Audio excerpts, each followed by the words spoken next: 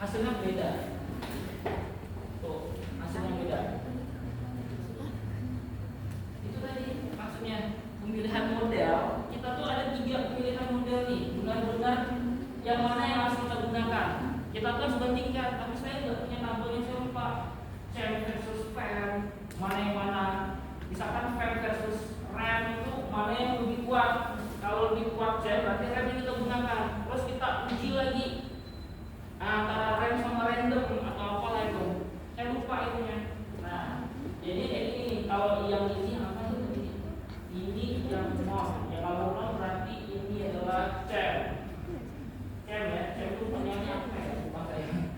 Kalau ini, kalau kita menggunakan CM, SMN-nya hasilnya beda lagi. Coba lihat. X1-nya yang tadi berpengaruh kan? Nah ini nggak berpengaruh nih. X2-nya yang tadi berpengaruh nggak? Nggak juga ya? Nah ini juga nggak berpengaruh nih. Kenapa nggak sih? Pengaruh. Yang S3? Pengaruh, sangat pengaruh. Nah, terus kalau kita lihat dari yang sebenarnya, hasil berdasarkan 8%. Nah, tadi 16%. Terus kalau kita lihat dari F statistiknya secara keseluruhan, tetap berpengaruh ya. Ya. Nah itu, kalau kita lihat yang satu lagi random, itu beda lagi hasilnya. Makanya kita harus cari mana yang betul-betul digunakan. Cara nyarinya gimana?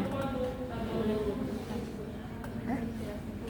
Nah, untuk menuju sini kita harus uji dulu tuh. Ada uji-ujinya lagi nanti saya lupa lagi. Atau harus ada kalkulasinya, jadi bisa dihafal.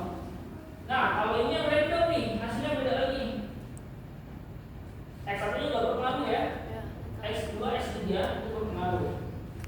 Kita lihat S2 nya sama 8%, kecil. Nah, terus bagaimana kalian membuat persamaan regresinya? Persamaan regresi.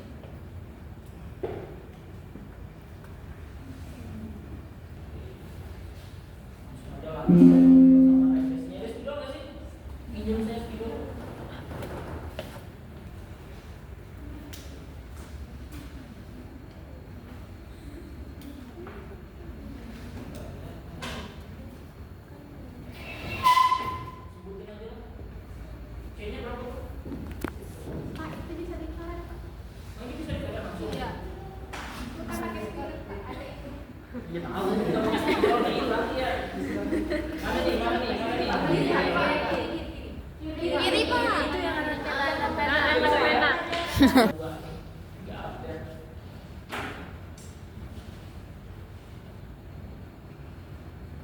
C-nya berapa tuh?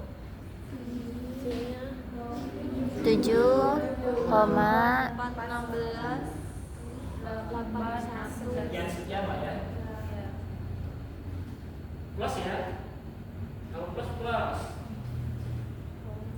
0,0. Kita ambil 3 belakang koma. Minus ya. Minus berarti di sini. 0,02.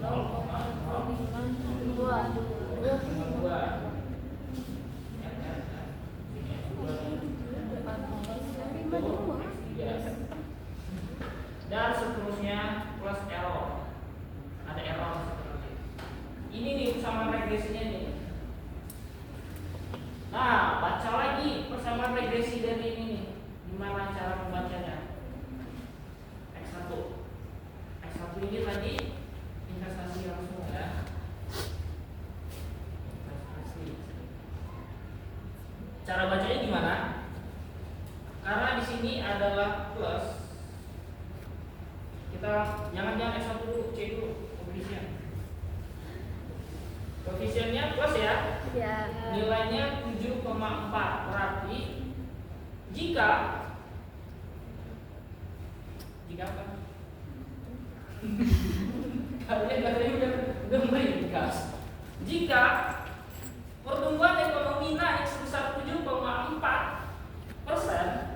maka variabel X1, X2, X3 itu meningkat sebesar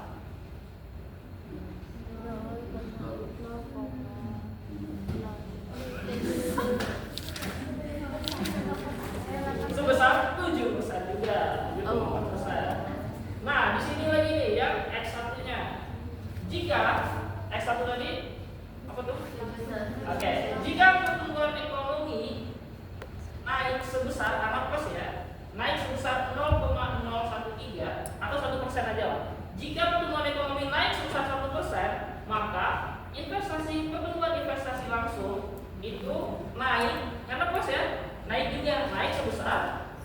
0,01%.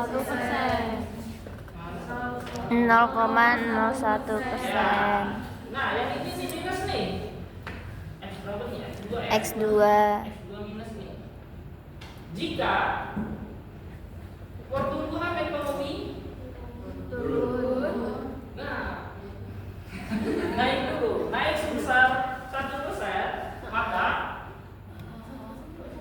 0,01%. 1%, maka nanti dikaliin aja nih, dikaliin 1%, 1% atau nggak apa-apa lah 0,05 aja lah. 0,05 jika pertumbuhan ekonomi, jangan pertumbuhan ekonomi. Jika apa tadi? Kalimat sebelum itu korupsi ya. Oke. Jika korupsi naik sebesar berapa? 0,1. Oke, 0,1. Itu investasi. X2 bukan korupsi. Ini X3, ini X2. Ini X1. Itu Itu C ya? Ini X1 ya?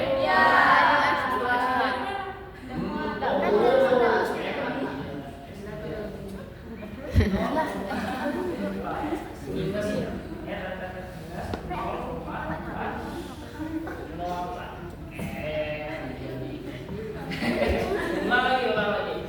Jika apa tadi X2? Lupa. Jika korupsi naik sebesar 0,013, maka karena nilainya plus, pertumbuhan ekonomi naik. Oh, ini ya? Jika kita ulang lagi. Jika korupsi naik sebesar 0,052, maka nilai kan minus nih ya? Maka pertumbuhan ekonomi akan turun sebesar 0,052 gitu. Terus variabel X3 0, oke minus juga ya. Nah jika terorisme meningkat sebesar 0,408, maka pertumbuhan ekonomi akan turun. Itu cara bacanya. Terus apa lagi yang bisa dibaca dari sini?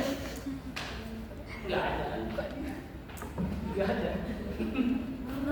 Inilah tuh, ini data analitik. Tapi kalian harus estimate dulu mana yang Sangat harus dipakai, mana ya perbandingannya ya.